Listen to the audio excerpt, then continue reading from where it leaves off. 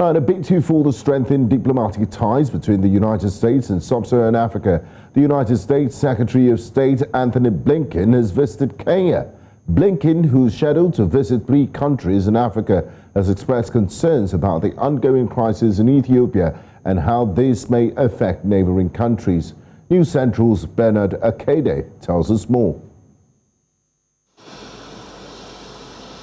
The U.S. Secretary of State, Antony Blinken, arrived at Jomo Kenyatta International Airport in Nairobi for his first trip to Sub-Saharan Africa as the top U.S. diplomat, a trip that sees him visit 3 countries in the region. At a joint press conference in Nairobi with Kenya Cabinet Secretary for Foreign Affairs, Rachel Omamo, Blinken discussed issues relating to COVID-19, renewable energy, and security in the region. We provided more than 50 million doses to 43 African countries to date, including indeed close to 4 million doses here in Kenya.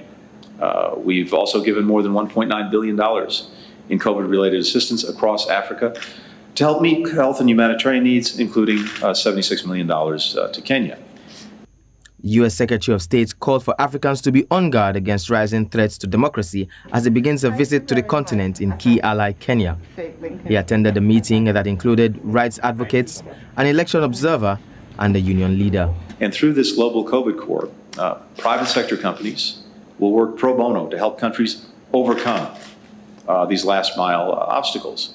And we're very pleased to welcome Kenya's participation as the first country to partner with the global COVID Corps.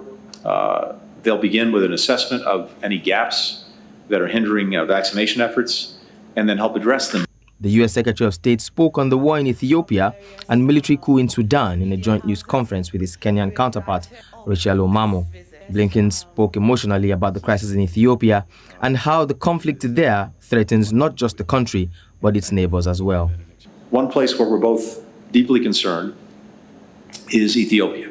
The conflict there threatens not just that country, but its neighbors as well. I very much appreciate President Kenyatta's engagement on this, including at the United Nations and in person in Ethiopia.